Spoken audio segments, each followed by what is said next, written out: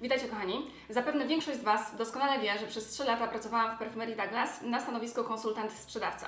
Poświęciłam temu zresztą odrębny, dość obszerny wpis na blogu na temat plusów i minusów pracy w tym miejscu i ten tekst cieszył się i cieszy się w dalszym ciągu ogromną popularnością. A w związku z tym, że cały czas zadajecie mi pytania związane z tą moją pracą w Perfumerii Douglas i w związku też z tym, że nie wyczerpałam, zdaje się, tego tematu pracy w tym miejscu, postanowiłam nagrać dla Was film poświęcony właśnie pracy w Perfumerii Douglas, który to będzie stanowił niejako rozszerzenie tego, co do tej pory pojawiło się na blogu. Także spodziewajcie się, że usłyszycie dzisiaj historie, anegdoty i informacje takie, których do tej pory nie przekazywałam Wam ani na blogu, ani nigdzie indziej. I będzie tego tyle, ponieważ już widzę po scenariuszu, który mam tutaj przed sobą, który mi tutaj będzie pomagał, że będzie ten film bardzo długi. Także przygotujcie się na to w odpowiedni sposób. Tutaj Wam proponuję, żebyście zrobili sobie kawę, herbatę lub nalali sobie wina, ponieważ obawiam się, że bez tego się nie obejdzie, bo film będzie naprawdę długi. Oczywiście zdaję sobie sprawę z tego, że trochę czasu już upłynęło od momentu, kiedy przestałam pracować w Douglasie, także pewne rzeczy z pewnością uległy dezaktualizacji. Natomiast myślę, że pod koniec filmu dowiem się, które dokładnie od osób, które aktualnie pracują w perfumeriach. Ja Wam po prostu opowiem dzisiaj, jak to wyglądało, jak ta praca w Douglasie wyglądała wtedy, kiedy ja tam pracowałam. Muszę Wam powiedzieć jeszcze jedną rzecz. Otóż zanim zaczęłam pracę w Perfumerii Douglas, pracowałam jako kelnerka. I może powiem Wam, dlaczego w ogóle pomyślałam o pracy w Perfumerii Douglas. Otóż, jak pewnie większość z Was wie, studiowałam psychologię prywatnie i na początku studiowałam tę psychologię dziennie przez 2 lata, a następnie 3 lata zaocznie. I w związku z tym, że ja nie pochodzę z bogatej rodziny, a studia moje były prywatne, i rok kosztował 8000 zł, no to jakby byłam świadoma tego, że będę musiała sobie na te studia zarobić. I na pierwszy rok studiów zarobiłam pracując fizycznie w Holandii. Zajęło mi to 2 miesiące takiej pracy po kilkanaście godzin dziennie, ale udało mi się, zarobiłam te pieniądze i w ten sposób opłaciłam pierwszy rok swoich studiów. Zresztą ja robiłam wpis na temat pracy swojej w Holandii na blogu, także jeśli jeszcze go nie czytaliście, zachęcam do nadrobienia zaległości. Link znajdziecie oczywiście w opisie pod tym filmem. Ale słuchajcie, ta praca była tak uwsteczniająca pod względem intelektualnym i nie tylko, że stwierdziłam, że za żadne pieniądze już tam po prostu nie wrócę. Więc skoncentrowałam się na tym, żeby zdobyć taką pracę w Warszawie, która umożliwi mi zarobienie tych 8 kolejnych tysięcy na kolejny rok studiów. I te swoje poszukiwania pracy rozpoczęłam od restauracji. Zostałam kelnerką i też zrobiłam dość obszerny wpis na ten temat na blogu. Link znowu znajdziecie pod filmem. I w ten sposób zarobiłam sobie na kolejny rok studiów. Tylko że o ile ta praca kelnerki miała bardzo dużo zalet, przede wszystkim taką, że zarabiałam około 5000 zł, z czego 1000 zł to była podstawa, 4000 to były napiwki miesięcznie. I jak na mnie, taką nastolatkę, która przyjechała właśnie ze wsi do Warszawy i potrzebowała pieniędzy, to były bardzo dobre pieniądze. Zresztą w ogóle jak na warunki polskie 5000 zł miesięcznie, no to mówmy się, to nie są złe zarobki. Natomiast pomimo tego, że dobrze zarabiałam i że ta praca mi się podobała, ona po jakimś czasie zaczęła mnie po prostu męczyć. Przestałam się w niej rozwijać. Nie wiem, czy w ogóle można się rozwijać jako kelnerka. Ale było coś uzależniającego w tym zarabianiu takich pieniędzy w tym wieku. Ale jak tak sobie obserwowałam swoich znajomych, którzy pracowali już x lat w gastronomii, to oni też przestawali się rozwijać, ponieważ zmieniali tylko, wiecie, lokale, ewentualnie, nie wiem, zostawali menedżerami restauracji, a dla mnie to nie było coś, w czym ja się widziałam w przyszłości. I stwierdziłam, że no ja nie chcę, żeby moje życie tak wyglądało i nie chcę mieć doświadczenia tylko i wyłącznie jako kelnerka. I wtedy zaczęłam się rozglądać za inną pracą. Ale wiedziałam, że inna praca będzie oznaczała to, że będę musiała się przenieść ze studiów dziennych na studia zaoczne, ponieważ szukałam jakiejś pracy, która mnie rozwinie, a jednocześnie da mi jakieś tam pieniądze, więc byłam świadoma tego, że najprawdopodobniej będę musiała się zatrudnić na etat. I wtedy pojawiły się w mojej głowie takie myśli odnośnie tego, gdzie mogłabym potencjalnie zacząć pracować i pamiętam, że rozważałam między innymi Zarę i ze względu na modę oczywiście i właśnie perfumerię. Dlaczego Douglas, a nie Sephora? Ponieważ pewnie część z Was będzie się zastanawiać. Otóż dlatego, że ja zawsze Douglasa lubiłam, byłam z nim emocjonalnie związana, robiłam tam też wcześniej zakupy, miałam swoją ulubioną perfumerię Douglas, która mieściła się przy ulicy Chmielnej, a która już teraz nie istnieje.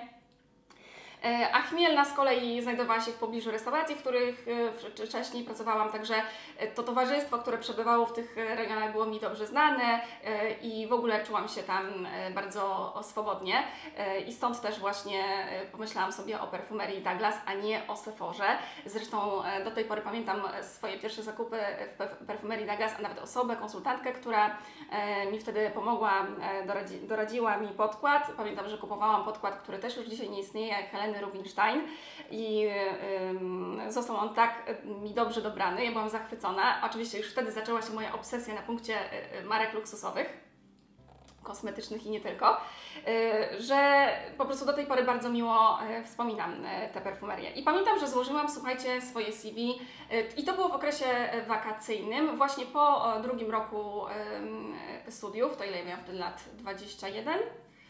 Nie chcę Was teraz okłamać, bo to było już tak dawno temu. Zdążyłam się już strasznie zestarzeć. Ale tak, wydaje mi się, że miałam wtedy 21 lat i szukałam tej pracy, złożyłam swoje CV i wydaje mi się, że online, ponieważ o to też mnie pytaliście. I słuchajcie, odezwały się do mnie dwie firmy w tym samym czasie, właśnie Zara, zaprosiła mnie na rozmowę kwalifikacyjną oraz Douglas, ale w związku z tym, że Douglas był pierwszy i na Douglasie bardziej mi zależało, no to jakby słuchajcie, ja byłam w siódmym niebie, jak Douglas do mnie zadzwonił i zaprosił mnie na rozmowę. I wiem też, że pytacie mnie, czy można zanosić CV bezpośrednio do perfumerii. Owszem, można. Powiem Wam, że kiedy pracowałam w Douglasie, to regularnie przychodziły tam różne dziewczyny zostawiać CV. I rzeczywiście bywały takie sytuacje, że jeżeli pilnie potrzebowaliśmy kogoś do pracy, to kierowniczka przeglądała właśnie te CV i kontaktowała się z osobami, które ją w jakiś sposób zainteresowały. Także możecie szukać pracy w perfumerii zarówno za pośrednictwem strony Douglasa, tam jest taka zakładka Pracuj z nami, jak i przez portale internetowe, gdzie znajdują się ogłoszenia. Zresztą dzisiaj przeglądałam, więc wiem, że jest tego sporo. I też właśnie zanosząc CV do wybranego przez Was punktu. Także możliwości są różne. Ale z tego co pamiętam, to ja właśnie wysyłam swoje CV przez internet i zostałam zaproszona na rozmowę. I jak ta rozmowa wyglądała? Otóż moja rozmowa odbyła się w Złotych Tarasach. Trwała około kilkunastu minut i słuchajcie, ta rozmowa nie wyglądała tak, jak z reguły wyglądają rozmowy, że ktoś Was zaprasza do biura, macie dział HR, nie wiem, jedna, dwie, trzy osoby i siedzicie po drugiej stronie stołu i ktoś tam Was odpytuje. Moja rozmowa wyglądała zupełnie inaczej, odbyła się na zapleczu perfumerii Douglas i przeprowadziła ją kierowniczka regionu ówczesna. I teraz jak ja się do tej rozmowy przygotowywałam, ponieważ ja to bardzo przeżywałam i bardzo zależało na tej pracy. Wiadomo, w tamtym okresie zajmowanie się kosmetykami jawiło się dla mnie jako raj na ziemi. Myślę, że dla każdej kobiety, która nagle znalazłaby się w otoczeniu tylu luksusowych kosmetyków, to by była niesamowita frajda. Także ja bardzo chciałam dostać tę pracę, zależało mi na niej z kilku względów, nie tylko ze względu na to, że lubiłam Douglasa, lubiłam kosmetyki i wydawało mi się wtedy, że się na nich znam, ale też dlatego, że potrzebowałam po prostu stałej pracy, z której mogłabym opłacić studia. Ale jednocześnie zdawałam sobie sprawę z tego, że ani nie mam wykształcenia w tym kierunku, ani nie mam doświadczenia w perfumerii, więc nastawiłam się na to, że jeżeli pojawią się takie pytania, no dobrze, ale dlaczego mamy Panią zatrudnić, skoro Pani nie ma doświadczenia, no to przemyślałam sobie, co potencjalnie mogłabym odpowiedzieć. I rzeczywiście takie pytania się pojawiły, więc ja sobie przemyślałam wszystkie moje wady i zalety i te potencjalne odpowiedzi. I pamiętam, że zadano mi między innymi takie pytanie, ponieważ to też Was ciekawi, co takiego wydarzyło się na tej rozmowie.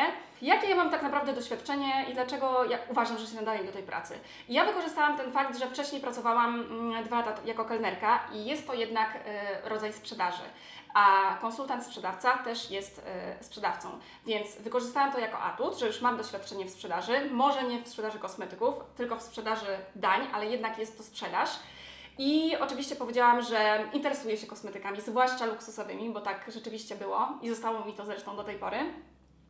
Oraz, że słuchajcie, że się bardzo szybko uczę, że ja wiem, że nie wiem, nie mam doświadczenia ani wykształcenia w tym kierunku, ale bardzo szybko się uczę i jestem niesamowicie ambitna, więc powiedziałam, że jeżeli tylko otrzymam taką szansę, no to ja po prostu udowodnię, że nadaję się do pracy na stanowisku konsultant-sprzedawca. I wydaje mi się, że przekonałam tę kobietę, która ze mną rozmawiała, to znaczy nie wydaje mi się, tylko, tylko tak po prostu było. Oczywiście muszę zaznaczyć, że jakby aplikując do pracy w perfumerii, bardzo ważne jest to, jak wyglądamy.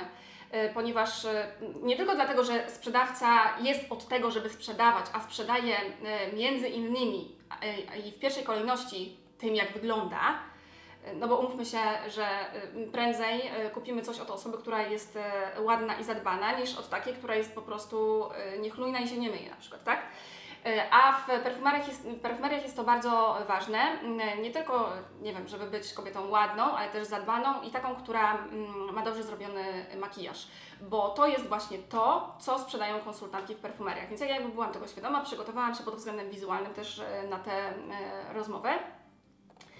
I widziałam, że wywarłam pozytywne wrażenie. Oczywiście pojawiła się kwestia pieniędzy, a mianowicie zapytano mnie o to, ile chciałabym zarabiać. I ja szłam na tę rozmowę z taką myślą, że po prostu, może nie, że zrobię wszystko, żeby tam pracować, tylko ustaliłam sobie taką kwotę, którą chciałabym zarabiać i teraz będziecie się śmiać, słuchajcie, ale to była kwota 1500 zł netto. I dzisiaj to ja za te pieniądze w ogóle bym nie wstała i nic nie zrobiła, ale wtedy, jak miałam te 21 lat i jak mi tak strasznie zależało na tej pracy, to myślałam, że to jest taka kwota adekwatna w stosunku do moich umiejętności, ambicji itd., itd. I teraz tak, ja uważam, że wtedy zrobiłam błąd. Jako taka typowa właśnie osoba, która przyjeżdża spoza Warszawy tutaj i się nie ceni i psuje de facto rynek. Uważam, że to jest psucie rynku. Gdybym wiedziała o tym wcześniej, miała tutaj znajomych albo dziewczyny, które pracowały w Douglasie i one by mi powiedziały, ile zarabiają, no to na pewno nie zaniżyłabym tak stawki i odradzam Wam takie zachowanie, podawanie tak niskich, śmiesznych stawek, ponieważ za takie pieniądze się nie utrzymacie tutaj. Zwłaszcza, że w Warszawie są dość wysokie koszty utrzymania, tak? Natomiast, tak jak powtarzam, ja miałam wtedy 21 lat, mieszkałam z koleżankami, moje opłaty wynosiły około 500 zł miesięcznie, czyli jak szłam ze świadomością, że zarobię 1500 zł, no to jakby te 1000 zł było dla mnie, ale to, tak jak Wam mówię, to było złe myślenie i psucie rynku, ja wtedy tego nie wiedziałam. Ja teraz jestem tego świadoma, ale wtedy nie byłam, więc uczulam Was na to. Natomiast chciałam dostać te 1500, słuchajcie, złotych i otrzymałam. Tylko że zapomniałam powiedzieć, że zależy mi na tym, żeby to było 1500 netto, a otrzymałam 1500 brutto. Także słuchajcie, takie rzeczy też musicie mieć na uwadze. Ja oczywiście wtedy nie wiedziałam, byłam młoda i tak dalej, i tak dalej. Człowiek uczy się na własnych błędach, ale tak to właśnie wyglądało. Oczywiście rozmawiałyśmy też o tym na rozmowie, w jakim trybie ja bym chciała pracować i w której perfumerii. Ponieważ miałam do wyboru Złote Tarasy i Chmielną. Więc ja od razu powiedziałam, że Chmielne, no bo jakby to był mój wymarzony punkt. Znałam go bardzo dobrze, pracowałam w pobliżu i tak dalej, i tak dalej. I rzeczywiście mogłam tam pracować, tam rozpoczęłam później swoją pracę. I zapytała mnie też Pani o to, jak ja zamierzam pogodzić pracę ze studiami. Już wtedy byłam świadoma tego, że zmieniam tryb studiowania z dziennego na zaoczny i dowiedziałam się, że tak, że jest taka możliwość, że w takim razie można mnie zatrudnić na etat w Perfumerii Douglas. Jak ja to, słuchajcie, wszystko usłyszałam, to usłyszałam, że dostaję tę pracę, to ja byłam, słuchajcie, w 7. niebie, byłam przeszczęśliwa, że udało mi się odciąć od tego bycia kelnerką i że miałam taką świadomość, że że w końcu nauczę się czegoś nowego i teraz będę w swoim ukochanym świecie kosmetyków. I słuchajcie, muszę Wam coś powiedzieć że śmiesznego, ponieważ ja przyszłam na tę rozmowę kwalifikacyjną przeświadczona o tym, że świetnie znam się na kosmetykach. No bo tak jak każda kobieta kupuje kosmetyki, wiem do czego służy podkład, puder, tusz do rzęs, maluje się, więc wyszłam z założenia, że znam się na kosmetykach. Tymczasem, słuchajcie, życie, a raczej praca bardzo szybko zweryfikowało moje za wysokie w tym kontekście mniemanie o sobie, ponieważ do tej pory pamiętam moje pierwsze dni w pracy, które dobitnie pokazały mi, że jednak nic nie wiem. I powiem Wam, jak to wyglądało. Otóż zawsze jak jest ktoś nowy w perfumerii Douglas, to otrzymuje swojego opiekuna, czyli osobę, która pracuje tam już od dłuższego czasu, zna wszystkie jakby meandry pracy konsultanta i ona ma obowiązek wprowadzić Was właśnie do tej pracy, opowiedzieć Wam o wszystkim, podać Wam informacje itd., itd. Ale nie zawsze taki opiekun ma dla Was czas. Nie ma go szczególnie wtedy, kiedy jest mnóstwo ludzi w perfumerii. Zdarzają się takie momenty, nie wiem, w porze lunchu na przykład, albo wieczorami, weekendy, że tych osób jest więcej niż konsultantek, które są w stanie im pomóc. I oczywiście musiała mi się przydarzyć w pierwszych dniach mojej pracy taka sytuacja, że zostałam sama, nie miałam kogo poprosić o pomoc, a podeszła do mnie pani, która chciała kupić kredkę do brwi marki Guerlain. No i ja nie miałam kogo poprosić o pomoc, więc zobaczyłam stet makijażowy Guerlaina, poszłam do niego. Myślę sobie, pewnie sobie poradzę. Słuchajcie, otworzyłam szuflady, a tam były tak kilka szuflad i w każdej było mnóstwo opakowań. Wszystkie wyglądały tak samo.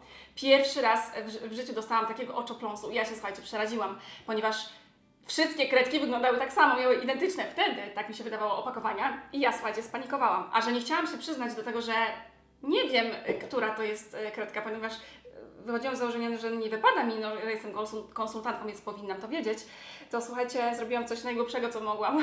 Czyli wzięłam jakąś kredkę na chybił trafił, modląc się, że to jest właśnie ta kredka, której szuka ta pani. Ona ją kupiła, poszła do domu, później się zorientowała, że sprzedałam jej kredkę do ust, więc przyszła ten produkt zwrócić. Natomiast takich rzeczy, moi drodzy, nie róbcie. Jeśli czegoś nie wiecie, to po prostu mówcie, że tego nie wiecie, bo nie ma w tym nic złego ani wstydliwego. Ja wiem, że mamy taki system szkolnictwa, a nie inny, który uczy tego, żeby się nie przyznawać ani do błędów, ani do tego, że się czegoś nie wie. I to jest moim zdaniem ogromny błąd. Więc bardzo szybko za ten błąd może nie zapłaciłam, ale przekonałam się, że jakby kłamstwo ma, słuchajcie, krótkie nogi. Na złego przytrafiła mi się jeszcze w pierwszych dniach mojej pracy taka bardzo niemiła sytuacja z klientką, która chyba była, słuchajcie, albo w bardzo złym humorze, bardzo się spieszyła i podeszła do mnie, chciała jak najszybciej kupić, to był chyba samoopalacz Shiseido. I ja oczywiście nie wiedziałam, gdzie jest ten samoopalacz Shiseido, bo to nie jest tak, że wszystkie rzeczy z Shiseido, i makijaż, i pielęgnacja, i produkty przeciwsłoneczne są w jednym miejscu, tylko one są porozrzucane po perfumerii, znajdują się w różnych działach. Oczywiście to też zależy od tego, jaka to jest perfumeria, ale w tej, w której ja pracowałam, tak właśnie było.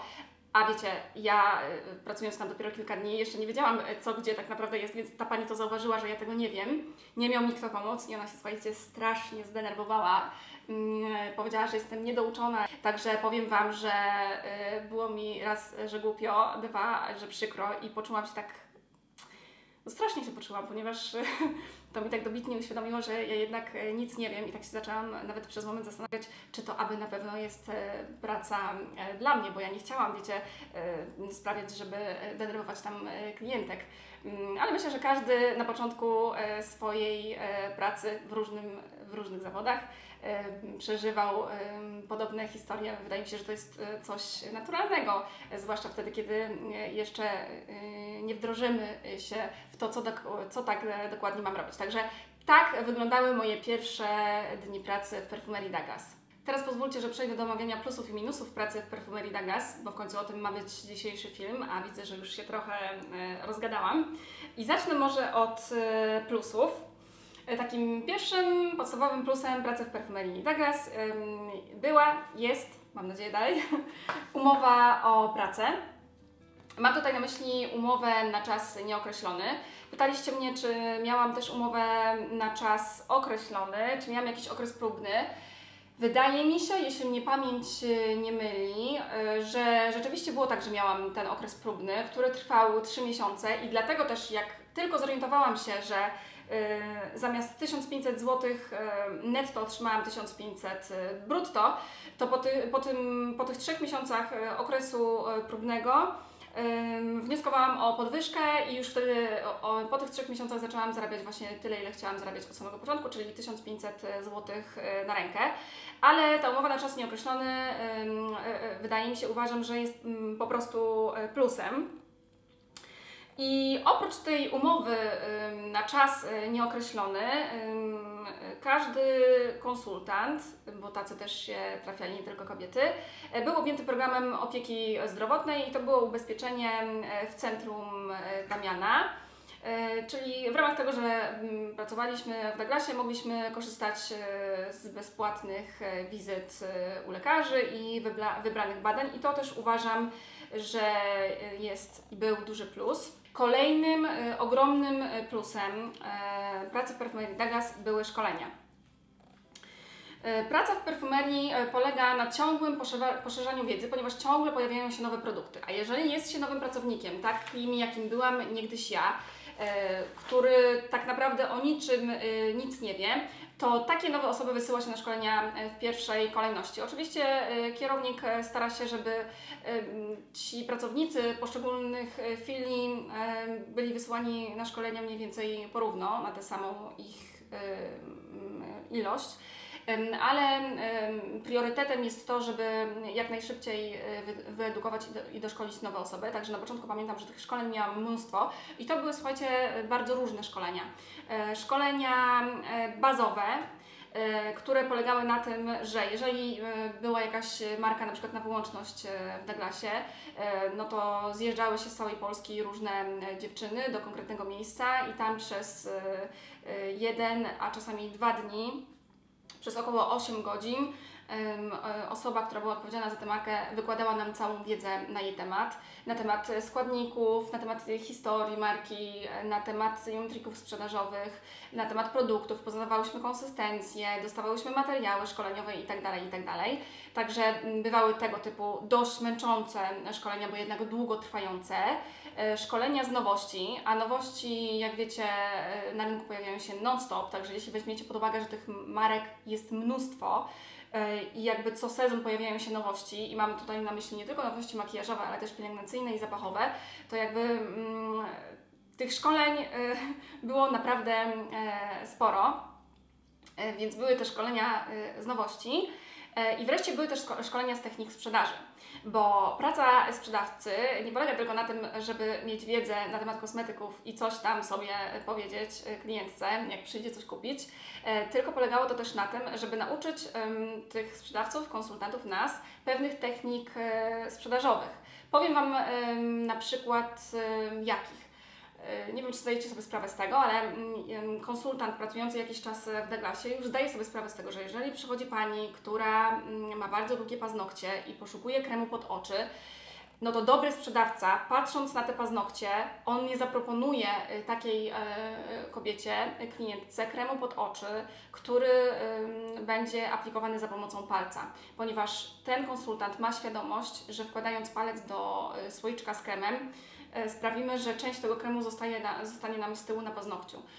Także taki konsultant, o ile jest dobry w tym, co robi, widzi takie rzeczy, zwraca na nie uwagę i na przykład wtedy proponuje klientce krem pod oczy, który jest aplikowany, nie wiem, na przykład za pomocą pipety albo który jest w tubce po prostu, a nie w słoiczku. I mówi to klientce: ja proponuję Pani taki krem, ponieważ Pani widzę, że ma długie paznokcie, więc będzie się część kremu marnowała i proponuję dlatego krem w tubce. Także na takie rzeczy właśnie zwraca się uwagę. Też na takie i czego się uczy rozpoznawania typów klientów, ponieważ ludzie są różni i typy klientów też są różne. Ja na przykład jestem strasznym typem, znaczy może nie aż takim strasznym. Jestem takim typem konkretnym, który z nikim nie lubi rozmawiać.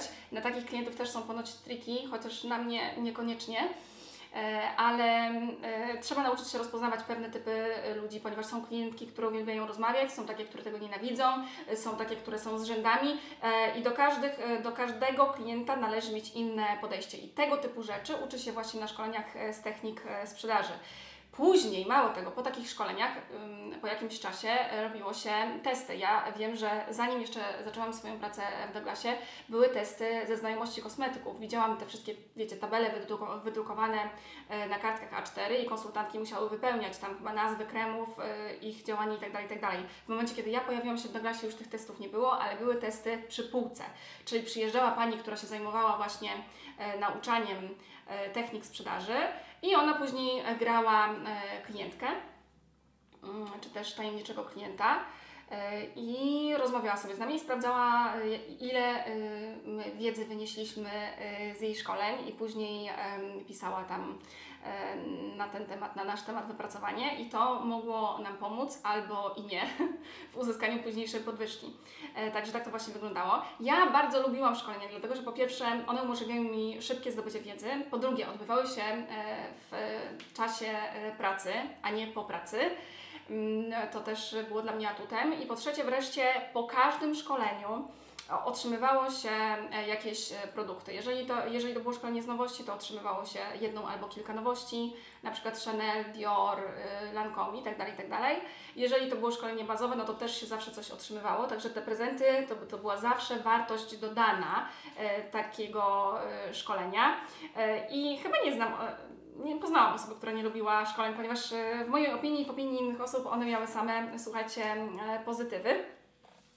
Także efektem tych szkoleń było, jeszcze raz powtarzam, poszerzenie wiedzy i też, co ważne, technik makijażowych i pielęgnacyjnych, ponieważ to właśnie na tych szkoleniach dowiedziałam się, jak należy poprawnie nakładać kremy, jak je aplikować, jakie są konsystencje do dyspozycji. Nauczyłam się tego, jak się malować, a raczej nie malować, czyli jakich błędów nie popełniać.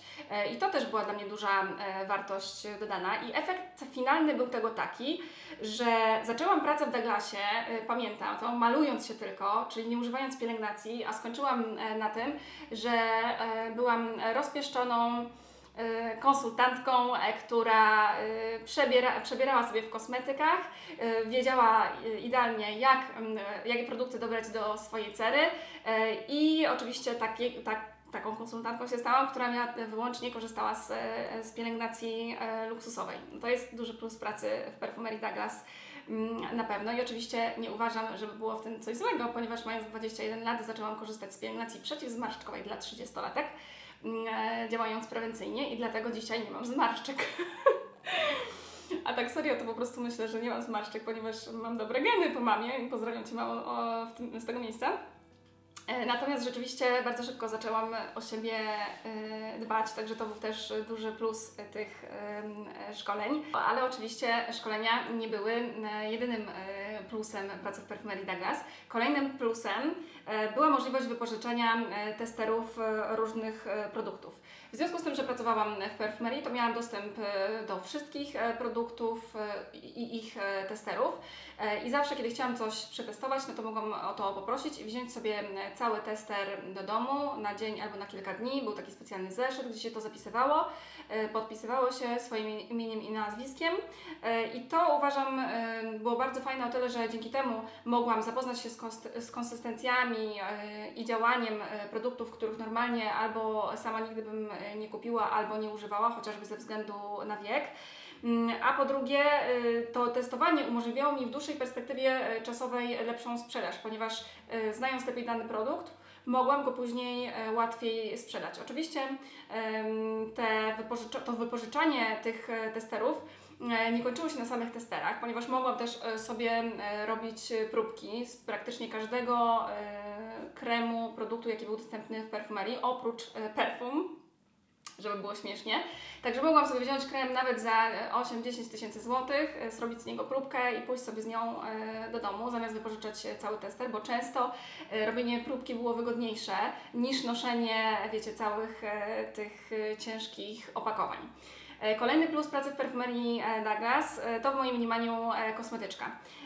Nazwałam to kosmetyczką, ponieważ polegało to na tym, że raz na 3 miesiące każda konsultantka mogła sobie uzupełnić kosmetyczkę. Mogłyśmy sobie wybrać kilka produktów makijażowych, za pomocą których malowałyśmy się do pracy. Jako że ten makijaż był naszym narzędziem pracy, myśmy między innymi makijażem i wyglądem sprzedawały różne rzeczy, no to mogłam sobie wybrać na przykład, nie wiem, podkład, puder, pomadkę, tusz do rzęs, jakąś kredkę itd., itd. Oczywiście pamiętam, że wszystkie wybierałyśmy te najdroższe rzeczy, najdroższych marek, ale dzięki temu znowu nie musiałyśmy same wydawać pieniędzy na kosmetyki i była to bardzo duża oszczędność. Kolejna rzecz to konkursy sprzedażowe i tych konkursów, słuchajcie, było mnóstwo i one były naprawdę różnorodne. Były konkursy organizowane w obrębie filii, czyli na przykład w naszym punkcie na Chmielnej kierownik wpadał na jakiś pomysł i robił konkurs. To wzmacniało rywalizację, przekładało się oczywiście później na sprzedaż. Były też konkursy zewnętrzne organizowane przez firmy, kiedy były na przykład promocje albo jakieś nowości pojawiały się na rynku. Wreszcie były takie konkursy ogólnopolskie, bo z reguły do wygrania były kosmetyki danej marki, a jeśli konkurs odbywał się w obrębie jednej filii, no to wtedy nagrodami były testery jakichś produktów wybranych. Ale były też takie ogólnokrajowe, jak powiedziałam, konkursy i pamiętam właśnie, że Chanel zrobiło kiedyś taki konkurs i zajęłyśmy z dziewczynami pierwsze miejsce w Polsce i naszą nagrodą było to, że każda z nas otrzymała okulary przeciwsłoneczne Chanel, oryginalne, nie żadne, wiecie, podróbki. Także pamiętam, że wszystkie niesamowicie się z tego cieszyłyśmy, pomimo tego, że okulary średnio nam pasowały, ponieważ to były, z tego co pamiętam, 2 rodzaje okularów, ale rzeczywiście takie nagrody były i to była świetna, słuchajcie, sprawa.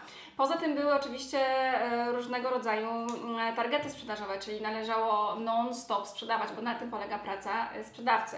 Sprzedajemy produkty. Miałyśmy, słuchajcie, całe tabele z wypisanymi rzeczami, jakie mamy sprzedać, w jakiej liczbie, za ile tysięcy złotych. Byłyśmy rozliczane ze wszystkiego, ze sprzedaży większości produktów, marek własnych, tych, które się znajdowały akurat w promocji. Z utargów byłyśmy rozliczane, bo każda z nas miała swoją kartę, na którą to nabijałyśmy swoją sprzedaż i to wszystko później było widoczne w raportach, także to się oczywiście wiązało z kolejnymi profitami w postaci kolejnych nagród, czy to testerów, czy nagród bezpośrednio otrzymywanych od firm. Także to było dużym atutem o tyle, że oprócz tej pensji, którą otrzymywałyśmy, to otrzymywałyśmy jeszcze mnóstwo kosmetyków.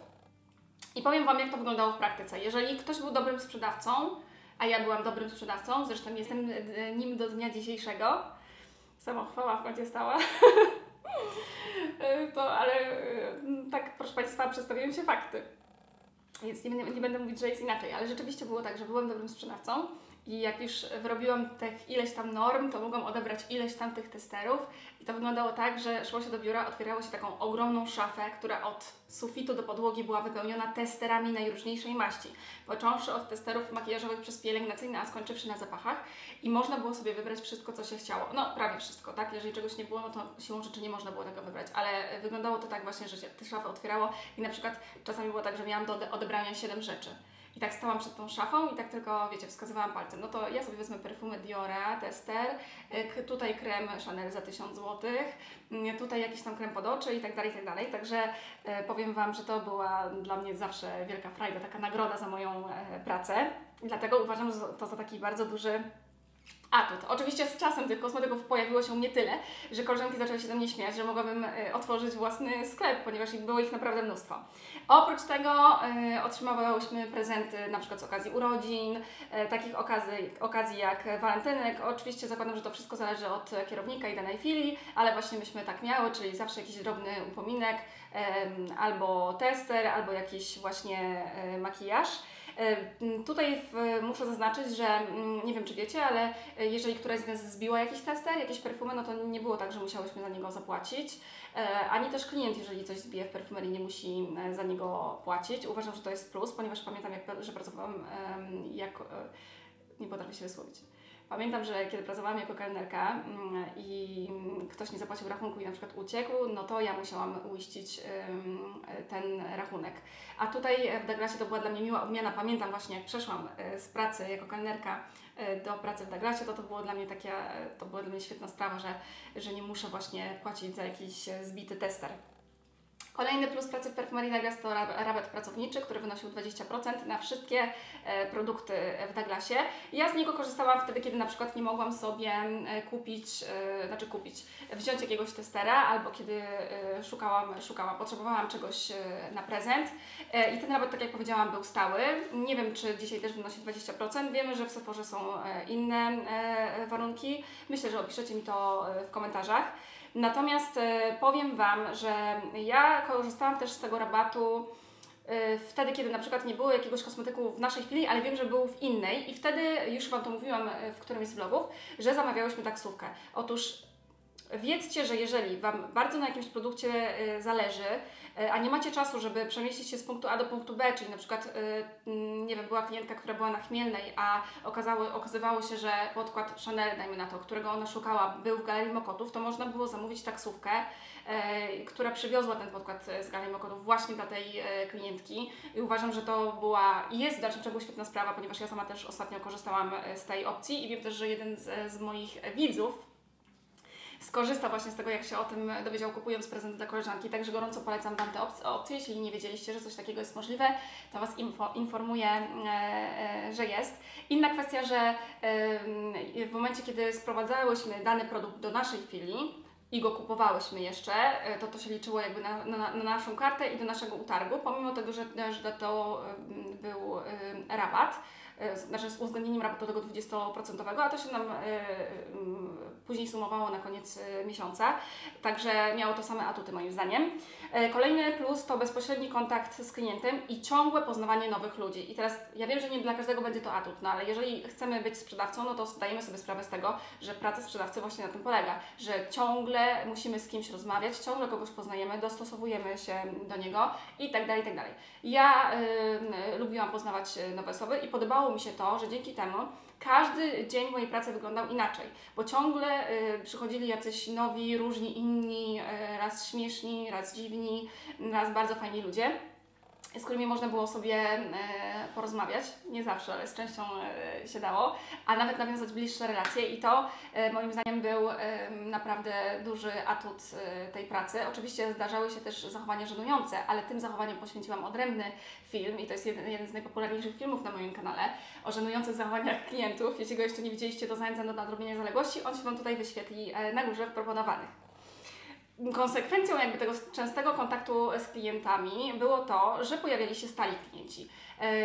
Była też taka specyfika tego naszego punktu na Chmielnej, że tam rzeczywiście te pani, które przychodziły, one były zżyte z konsultantkami, które tam były i ja w czasie tych swoich 3 lat pracy w Perfumerii Douglas dorobiłam się co najmniej kilku takich wiernych, stałych klientek i one były najczęściej w wieku mojej mamy i one mnie naprawdę bardzo, bardzo lubiły. Kiedy przychodziły do mnie, przynosiły mi na przykład czekoladki, mówiły mi, co u nich słychać, znałam ich rodziny, pokazywały mi zdjęcia z wakacji. To były często właścicielki firm albo prawniczki. Dzwoniły na przykład do Douglasa, żeby zapytać, czy jestem, bo nie zawsze byłam w pracy, więc jeżeli mnie nie było, to nie chciały przychodzić i to naprawdę były, słuchajcie, genialne relacje. I też mówiłam o tym filmie, o typach klientek perfumerii i klientów, zresztą też 2 filmy robiłam, także jeśli nie widzieliście, to zachęcam do nadrobienia zaległości. Znowu te filmy Wam się wyświetlą tutaj na górze w proponowanych. I też pamiętam, że jak odchodziłam z Douglasa, to te klientki właśnie mi przyniosły prezenty w postaci książek o biznesie, powiedziały, że ja zawsze chciałam mieć coś swojego, bo miałyśmy, tak jak powiedziałam, bliski kontakt, przyjaźniłyśmy się, więc naprawdę to było naprawdę to było niesamowicie miłe i bardzo dobrze to wspominam. Dla niektórych podejrzewam plusem może być też to, że w perfumeriach często regularnie pojawiają się celebryci, ludzie z pierwszych stron gazet, ale dla mnie to nie był atut, ponieważ wiecie, ja już mieszkam tutaj tyle lat, i tutaj jest normalnym to, że ciągle kogoś widzicie znanego na ulicy, ale podejrzewam, że dla wielu osób, które nie mieszkają w Warszawie, to może być jakiś tam atut, czyli na przykład, nie wiem, poznałam Magdę Gessler albo Beatę Tyszkiewicz, albo Kubę Wojewódzkiego. Do tej pory pamiętam, co kupił w Douglasie, kiedy go obsługiwałam. Także wiele różnych osób, celebrytów można było poznać. I takim jeszcze ogromnym plusem w pracy w Perfumerii Douglas były święta Bożego Narodzenia. Słuchajcie, to był okres, który ja najbardziej lubiłam z kilku różnych względów. Po pierwsze dlatego, że wtedy nie obowiązywały nas żadne targety, czyli nie musiałyśmy wciskać komuś produktów, które były akurat w promocji, z których byłyśmy rozliczane, bo ludzie kupowali naprawdę wszystko, więc mogłyśmy polecać to, co tak naprawdę same lubiłyśmy. Po drugie, była bardzo luźna atmosfera, klientów było mnóstwo, więc zawsze było co robić. Panował taki bardzo sympatyczny rozgardiaż. W ogóle ten okres przedświąteczny jest zawsze jakiś taki miły, tym bardziej właśnie w perfumerii. Wszyscy, słuchajcie, byli zadowoleni. Oprócz tego otrzymywałyśmy 13. pensję, taką 13, więc to już w ogóle była świetna sprawa. I co jeszcze? I ciągle były, słuchajcie, konkursy realizowane, na przykład na sprzedaż zestawów pielęgnacyjnych albo zapachowych, albo łączonych. Czyli na przykład był konkurs, który polegał na tym, że kto dzisiaj sprzeda 10 zestawów zamiast pojedynczych produktów, ten otrzyma tester. No i wiecie, myśmy się tam prześcigały w tym, żeby polecać zestawy, zwłaszcza, że one zawsze, też przeważnie były bardziej atrakcyjne cenowo niż kupowanie produktu samodzielnie. I pod koniec dnia niektóre z nas wychodziły z kilkoma testerami, także naprawdę mogłyśmy wyjść z łupami właśnie w grudniu, tego było mnóstwo i oprócz tego oczywiście otrzymywałyśmy paczki świąteczne, każda o wartości tam około 2-3 tysięcy złotych. Każda dziewczyna otrzymywała paczkę z kilkoma perfumami, z pielęgnacją, z makijażem. Oczywiście każda z nas otrzymywała różne rzeczy, ale jeśli nam się coś na przykład nie podobało albo nie było do nas dopasowane, no to się mogłyśmy wymienić. Także powiem Wam, że to była świetna sprawa. No i oczywiście nie trzeba było kupować prezentów, czyli znowu mogłyśmy zaoszczędzić, bo dostawałyśmy tyle kosmetyków, że mogłyśmy nimi obdarować całą rodzinę. Pamiętam do tej pory, ile rzeczy otrzymywała ode mnie moja mama na święta. Ona to rozpakowywała, wiecie, pół godziny, tyle tego było, także bardzo miło to wspominam. Ale oczywiście praca w Perfumerii Douglas to nie są tylko plusy, ale z tym zajęciem wiążą się również rzeczy, które nie bardzo przypadły mi do gustu. I teraz powiem Wam o minusach pracy konsultantki w Perfumerii Douglas. Podstawowym minusem pracy w Perfumerii Douglas były zarobki i myślę, że tutaj nikogo tym nie zdziwię. Przypomnę, kiedy rozpoczynałam pracę w Perfumerii Douglas, zarabiałam 1500 zł brutto. Po 3 latach i 3 czy 4 podwyżkach odchodziłam stamtąd z pensją 2400 zł netto, także były to bardzo niewielkie pieniądze. Oczywiście to też było pochodną moich oczekiwań i tego, od jakiej kwoty wystartowałam, natomiast też nie było tak i nie jest tak, że wszystkie dziewczyny tyle zarabiają, ale wiem, że jest dużo osób, które zarabiały mniej wtedy ode mnie, ale były też takie osoby, miałam takie koleżanki, które zarabiały więcej, nawet o 1000 zł więcej ode mnie. Tyle, że ja nie miałam z tym większego problemu. Otóż generalnie rozmawianie o tym, kto ile zarabia, nie jest zbyt dobrą rzeczą, zaraz powiem Wam dlaczego. Dlatego, że ludzie są zawisni i trzeba naprawdę bardzo ostrożnie podchodzić do tego, z kim rozmawia się o pieniądzach, ponieważ ludzie po pierwsze mają ból tyłka, zwłaszcza jeśli się dowiadują, że są na tym samym stanowisku co Wy, a zarabiają od Was mniej. I wtedy pojawia się problem. A po drugie, nie każdy chce z Wami rozmawiać o pieniądzach. Po trzecie wreszcie, są też tacy ludzie, którzy jak się dowiedzą, że zarabiają mniej od Was, to pójdą do szefa i powiedzą, a dlaczego ona zarabia więcej, skoro jesteśmy na tym samym stanowisku. I dlatego nawet pamiętam w umowie, którą podpisywałam, ona zobowiązywała mnie do tego, że nie mogłam rozmawiać o zarobkach, no ale oczywiście ja lubię rozmawiać o pieniądzach, więc znalazłam sobie w mojej pracy takie koleżanki, które też były ok, potrafiły rozmawiać o pieniądzach i dowiedziałam się na przykład, że jedna z moich koleżanek zarabiała ode mnie mniej, ale też miałam taką, która zarabiała ode mnie więcej i powiem Wam, że ja z tym nie miałam żadnego problemu, bo patrzyłam na to z tej perspektywy, że jesteśmy na tym samym stanowisku, ale moja koleżanka była na przykład 10 lat ode mnie starsza i miała 12-letnie doświadczenie w branży, a ja wtedy miałam roczne czy 2-letnie. No to wiadomo, że ja się wtedy nie będę z nią porównywać, ani oczekiwać tej samej pensji co ona. Ja absolutnie nie byłam o to obrażona. Ale jeżeli mogę Wam coś doradzić, to żebyście w miarę możliwości zrobiły dobry research. Oglądając ten film już robicie krok do przodu. Wiele osób Wam o tym nie powie, także korzystajcie z tego, co Wam teraz powiem. Ceńcie się, nie psujcie rynku, to jest bardzo ważne i starannie dobierajcie sobie osoby, znajomych, z którymi rozmawiacie o pieniądzach, bo większość ludzi nie potrafi rozmawiać o pieniądzach i nie potrafi przeżyć tego, że zarabia mniej od kogoś. Także ja rozumiem też te klauzule poufności, bo to właśnie z tego też wynika. Raz, żeby firma jak najmniej swoim pracownikom płaciła, a dwa, żeby nie było kłótni między pracownikami. Ale ja nie jestem osobą zawistną z natury w ogóle, więc jak tylko się dowiedziałam, że można zrobić więcej, no to pomyślałam, o super, i zaczęłam się zastanawiać, co ja takiego mogę zrobić, żeby zarabiać więcej. Także na to Was uczulam. Ja zawsze wchodziłam z założenia i w ogóle pomimo tego, że mało zarabiałam, to słuchajcie, zawsze uważałam i uważam w dalszym ciągu, że praca sprzedawcy powinna polegać nie na tym, że otrzymuję stałą jakąś wysoką pensję, tylko wręcz przeciwnie. Powinnam otrzymywać niską pensję, ale wysoką prowizję, to znaczy prowizję zależną od tego, jaki wygeneruje zysk dla firmy. Ja to nawet dziewczynom w Douglasie mówiłam, że ja to bym mogła zarabiać nawet 1000 zł, czyli tyle, ile zarabiałam jako kelnerka, a reszta powinna być prowizją od tego, na co sobie zapracuję, ale powiem Wam, że moje koleżanki to były osoby wyjęte, nie wiem, rodem z PRL-u. Ja tam byłam zresztą najmłodsza przez długi czas w Douglasie, bo one uważały, że czy się stoi, czy się leży, moja pensja mi się należy i tyle, także ja uważam, że powinno być inaczej, no ale to wiecie, nie każdy myśli tak jak ja. I jeszcze jedna bardzo ważna rzecz, o której Wam nigdy nie wspominałam, a co jest i było tajemnicą Polichinella. Otóż to, że ja oficjalnie zarabiałam pod koniec swojej pracy w Douglasie 2400 zł na rękę, to wcale nie oznacza, że ja tylko tyle tych pieniędzy miałam. Tak naprawdę zarabiałam 2 razy więcej.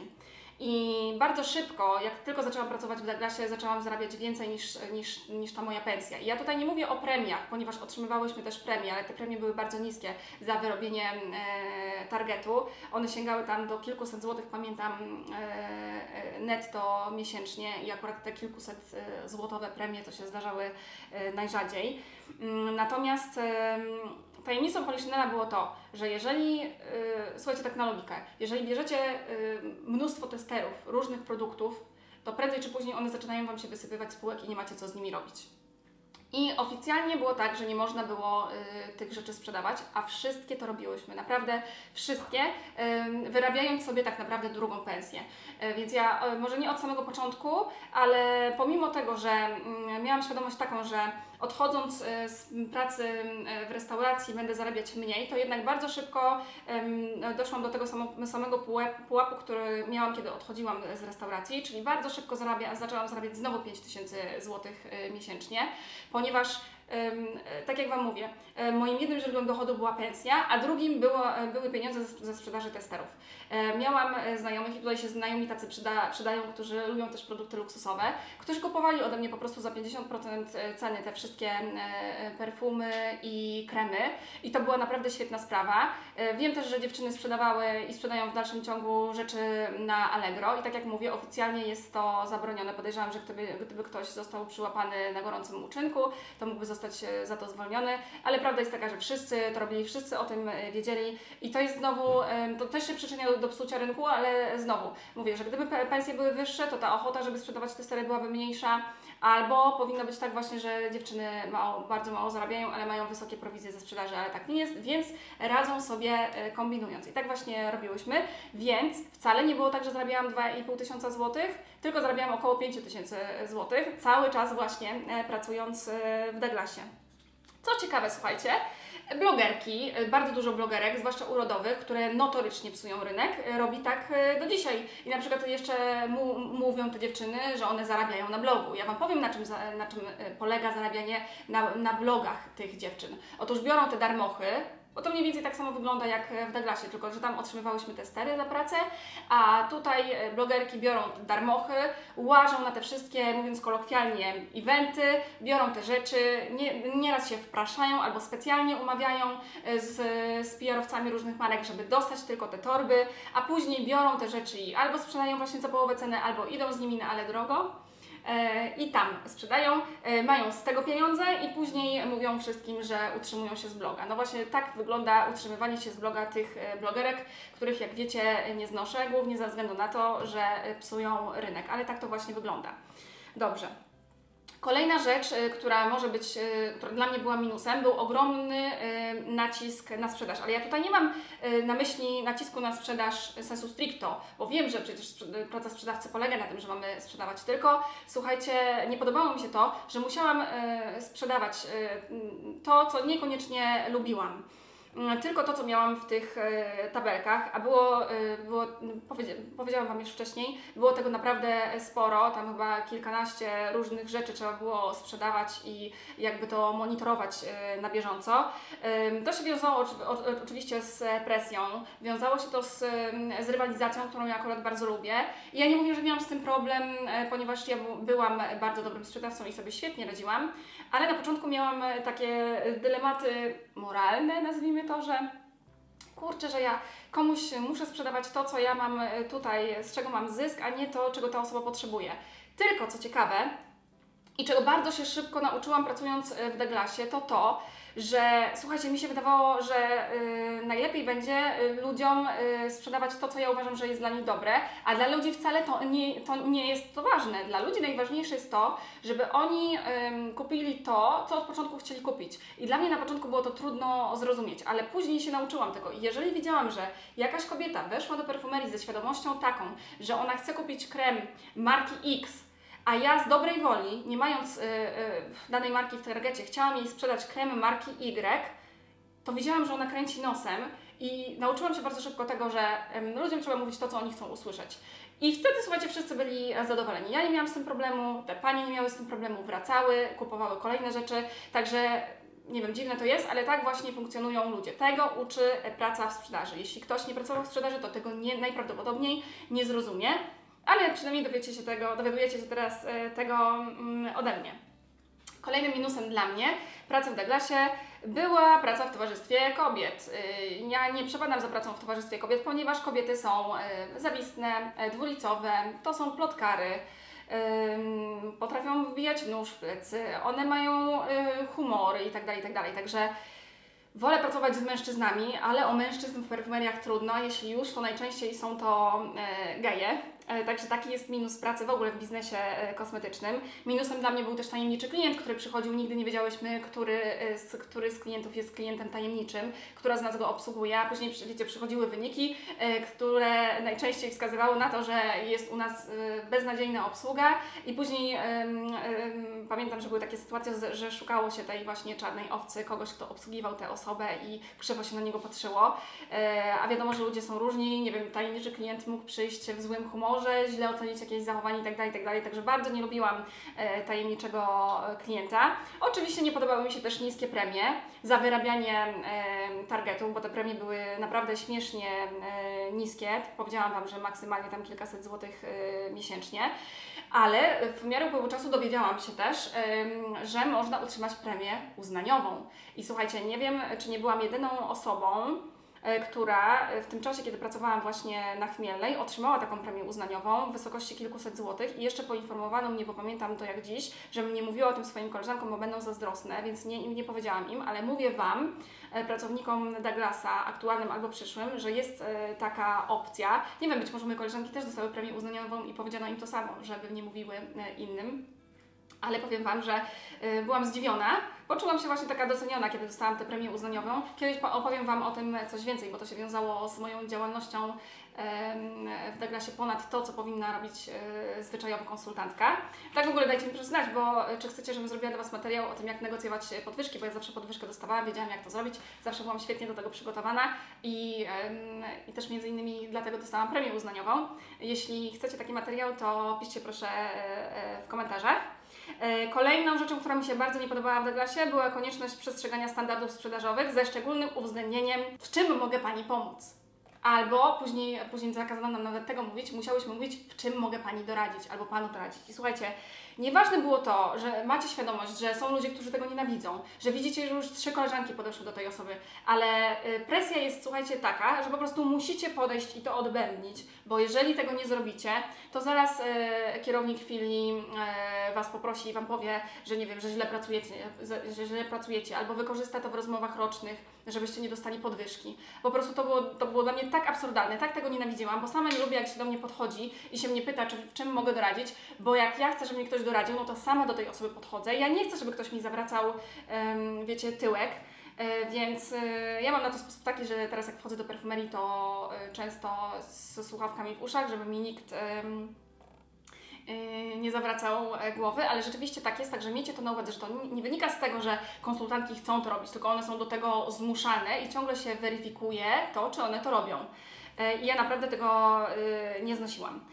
Kolejna rzecz, ograniczone możliwości rozwoju. I tak naprawdę to przyczyniło się do tego, że przestałam pracować w perfumerii Douglas, bo wiecie, mi się na początku wydawało i po to też poszłam do pracy w Douglasie, żeby z czasem przeniesiono mnie do działu marketingu. Bardzo długo starałam się o taki awans poziomy, czyli z filii, ze stanowiska sprzedawcy do działu marketingu. I nawet nie po to, żeby dostać podwyżkę, tylko ja po prostu wiązałam swoją przyszłość z marketingiem i bardzo zależało mi na tym, żeby się do tego działu marketingu Douglasa dostać i wydawało mi się, że najlepszym sposobem na to będzie zatrudnienie się najpierw jako sprzedawca, udowodnienie tego, że jestem w tym dobra i później pokazanie, że zasługuję na to, żeby mnie awansowano.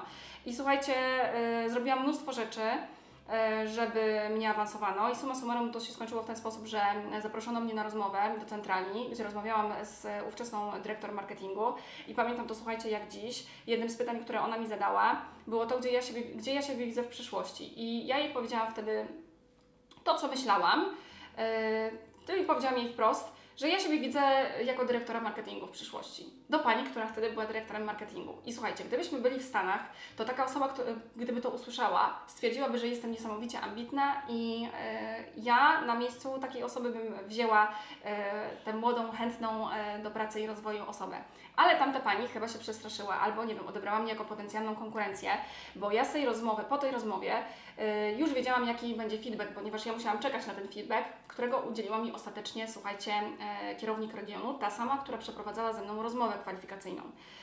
I słuchajcie, ja wtedy byłam związana z takim facetem, który był ode mnie o 11 lat starszy i od wielu lat pracował już w korporacjach i też był w tamtym czasie kierownikiem regionu. I on mnie uprzedził, co może nastąpić w momencie, kiedy ja będę otrzymywać ten feedback. Powiedział mi, żebym się nie przejmowała, jak to w korporacjach wygląda itd., itd. Więc ja szłam na ten feedback, na otrzymanie tego feedbacku już z takim wsparciem i wiedzą, czego się spodziewać. I słuchajcie, teraz muszę Wam to powiedzieć, bo chyba nigdy tego nie mówiłam, że ja ten feedback otrzymałam na Chmielnej, w biurze właśnie kierownika. Przyjechała właśnie pani kierownik regionu, żeby mi powiedzieć, czy mnie wezmą do tego działu marketingu, czy też nie. No i słuchajcie, rozmawiamy tak sobie i w pewnym momencie, i słuchajcie, ja tego nigdy nie zapomnę, tych kilku tekstów, które wtedy usłyszałam, a które były tak żenujące, że sobie nie wyobrażacie, a które obnażyły, w jak kiepskiej kondycji jest polska kadra menedżerska. Słuchajcie, siedzę sobie i pani mówi do mnie tak. Zaczęła od tekstu w stylu: bo pani Doroto, pani z tymi blond włosami. I słuchajcie, jak ja to usłyszałam, to ja w pierwszym momencie myślałam, że się przesłyszałam. Mówiła do mnie kobieta, około 15 lat ode mnie starsza, ona miała 30 parę lat wtedy, kierownik regionu, która powinna wiedzieć, jak się zachować, którą powinna zachować, nie wiem, kultura osobista, co najmniej. I ona zaczyna rozmowę ze mną od zwrócenia uwagi na mój kolor włosów, słuchajcie. No ale dobrze, pani kontynuuje. Bo pani Doroto, pani z tymi blond włosami rozsadziłaby nasze biuro w miesiąc. I ja tak sobie wtedy pomyślałam, przepraszam, ale co to znaczy? To znaczy, że mam tyle energii, no to znaczy, że jestem fajna, bo bym coś wniosła do tej ekipy, która była, tam chyba były same mimozy, nie wiem, które oceniły mnie jako wulkan energii, no dla mnie to był pozytyw, tak? Ale dla pani kierownik i dla pani z działu marketingu to była rzecz bardzo negatywna. Później usłyszałam, słuchajcie, że uważam się za alfę i omegę. I to już w ogóle mnie, słuchajcie, zdziwiło, bo ja nawet na tej rozmowie z panią dyrektor marketingu, która już tam nie pracuje, ten kierownik regionu zresztą też już nie pracuje w Douglasie, ale nawet na tej rozmowie powiedziałam, że ja wiem, że ja nie mam wiedzy, ale ja jestem ambitna i się szybko uczę. W związku z tym byłam przekonana, że gdyby tylko była taka szansa, to ja będę w stanie się wykazać. Ale nie, usłyszałam, że uważam się za alfę i omegę. Ale to jeszcze, słuchajcie, nic. Najlepszy tekst, który naprawdę będę pamiętać do końca życia, to był tekst taki. Siedzę sobie, usłyszałam już kilka tych rzeczy i w pewnym momencie słyszę coś takiego. Pani Doroto, bo Pani siedzi wysoko na gałęzi, ale na tej gałęzi jest mało miejsca. I słuchajcie, ja się zrobiła wtedy cała czerwona, ale naprawdę byłam cała czerwona. Nawet zauważyła to właśnie ta pani, bo ona myślała, że mi się zrobiło przykro i że się zaraz rozpłaczę. A ja się zrobiłam cała czerwona, dlatego że mi się chciało tak śmiać. Ja miałam ochotę tak parsknąć śmiechem, bo miałam z tyłu głowy to, co mi powiedział mój partner, że może tak się wydarzyć, że nie będą mnie chcieli i będą mi wciskać różne kity. Ale takiej poezji, takiej metafory to ja się, wiecie, nie spodziewałam. I jak ja to usłyszałam, to naprawdę, słuchajcie, mi było tak głupio, bo nie chciałam parsknąć śmiechem, no bo wiecie, to była starsza ode mnie kobieta, wyżej ode mnie w hierarchii, no i ja nie wypadało mi jej powiedzieć, że mówi głupoty, a ona myślała, że ja się za chwilę rozpłaczę i powiedziała: Pani Dorota, ale proszę się nie przejmować, bo być może ktoś inny w innej firmie doceni Pani atuty. I powiedziałam, że okej, rozumiem i tak dalej, i tak dalej. I po tej rozmowie ja już wszystko wiedziałam. Wiedziałam, że to jest moment, w którym ja muszę odejść stamtąd, ponieważ już nic tam więcej nie osiągnę, a już po tym, co usłyszałam od tego kierownika regionu, to już w ogóle nie chciałam tam pracować. Także tak się właśnie skończyła moja przygoda z perfumerią Douglas. Jak widzicie, i mówię to już chyba po raz setny, to wcale nie jest tak, że na wysokich, decyzyjnych stanowiskach w renomowanych firmach pracują osoby, które się do tego nadają, które cechują się jakąś klasą czy też kulturą osobistą. Zdarza się i wcale nie tak rzadko, że jest wręcz odwrotnie. Swoją drogą muszę Wam powiedzieć, że ostatnio realizując film na kanał Perfumerii Douglas, Beauty Stories, miałam okazję poznać jedną z kierowniczek właśnie regionu w Douglasie i porozmawiałyśmy się sobie trochę i powiedziała mi, że coś się zmieniło w zakresie tych właśnie poziomych awansów, ponieważ jakiś czas temu awansowano właśnie w ten sposób, w jaki ja zawsze chciałam awansować. Jakiegoś chłopaka, który najpierw był sprzedawcą, konsultantem w Douglasie, a teraz pracuje w marketingu. Także zauważam zmiany na lepsze. I uważam, że to jest bardzo fajna sprawa, że tak się stało. Jeżeli chodzi o jeszcze takie inne minusy pracy w perfumerii Douglas, no to na pewno są to zapachy. Pamiętam, że moje pierwsze dni pracy w Douglasie wiązały się z ogromnymi bólami głowy, które były pochodną unoszących się tam zapachów. Wyobraźcie sobie, że przebywacie około 9 godzin w tych oparach. Dla osoby, która nie jest do tego przyzwyczajona, bez, słuchajcie, tabletek przeciwbólowych to nie jest nic miłego. Na początku w ogóle nie potrafiłam skojarzyć tego, że tak bardzo boli mnie głowa od tych zapachów. Dopiero później dziewczyny mi powiedziały, że tak jest. Także na początku przez pierwszy tydzień przeżywałam męki, a później się już do tego przyzwyczaiłam. Niektórzy klienci, zwłaszcza mężczyźni, właśnie dostają bólu głowy już po 5 minutach. Także wyobraźcie sobie, co ja musiałam przeżywać tam na początku. Kolejna rzecz, która może się wielu osobom nie podobać, to jest sztuczne oświetlenie, także brak dostępu do światła dziennego przez cały dzień. Zwłaszcza jeśli pracujemy w galerii handlowej, ale to myślę nie jest problem wyłącznie perfumerii, ale też innych sklepów i butików. Akurat ja miałam to szczęście, że perfumeria, w której pracowałam, mieściła się przy ulicy Chmielnej i myśmy tam miały dostęp do światła dziennego, ale jednak większość miejsc nie ma takiej możliwości. Inna sprawa, że to światło sztuczne jest szkodliwe i pamiętam nawet, że kiedyś był jakiś dodatek do pensji z tego tytułu, a później go zlikwidowano. Także to też weźcie pod uwagę. Kolejna rzecz, ból nóg, którego myślę doświadczy każda osoba, która nigdy nie pracowała, nie miała takiej pracy stojącej typowo. Mnie jakby ten ból nóg za bardzo nie dotyczył, ponieważ ja wcześniej pracowałam jako kelnerka, więc byłam przyzwyczajona do tego, że jestem na nogach nawet kilkanaście godzin na dobę, ale jednak jest to problematyczne, zwłaszcza u osób, które są nieco starsze. Kolejna rzecz to godziny pracy. Niestety praca w perfumerii to nie jest praca w biurze od 8 do 16 na przykład, tylko na przykład u mnie na Chmielnej było tak, że były dwie główne zmiany, 10, 18:30 i 11:30, 20, także pracowało się 8,5 godziny, cały dzień wyjęty z życia, nic nie można było załatwić ani rano, ani wieczorem, bo już wszystko było pozamykane. Także to był taki minus. Miałyśmy, pamiętam, dwie przerwy, jeśli kogoś z Was by to interesowało, jedną 15-minutową, drugą półgodzinną. I jako osoba pracująca na etat miałam prawo do jednego weekendu w całości wolnego i połowy drugiego. Natomiast w związku z tym, że studiowałam zaocznie i potrzebowałam 2 weekendów, więc byłam jakimś wyjątkowym przypadkiem, to miałam 2 weekendy w miesiącu wolne, ale przez to o wiele mniej w ogóle wolnego, ponieważ albo byłam w pracy, albo na studiach, także tak to wyglądało w moim przypadku, więc da się połączyć studia zaoczne z pracą w Douglasie właśnie na pełen etat. Pytałyście mnie też o pół etatu i 3/4 etatu. Zdarzają się takie sytuacje, ale rzadko. To raczej jest wyjątek od reguły niż norma. Jeżeli chodzi o grafik, to ten grafik też jest ustalany na kilka dni, chyba przed końcem miesiąca, na kolejny miesiąc.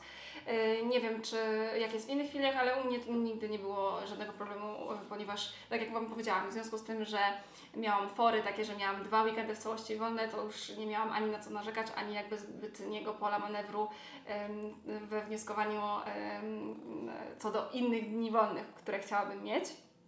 I jeszcze taka ciekawostka, że nadgodziny nie są płatne. Jeżeli zostaniemy dłużej w pracy, to możemy to później po prostu odebrać. Uważam, że to też jest złe. Uważam, że nadgodziny powinny być płatne razy 2.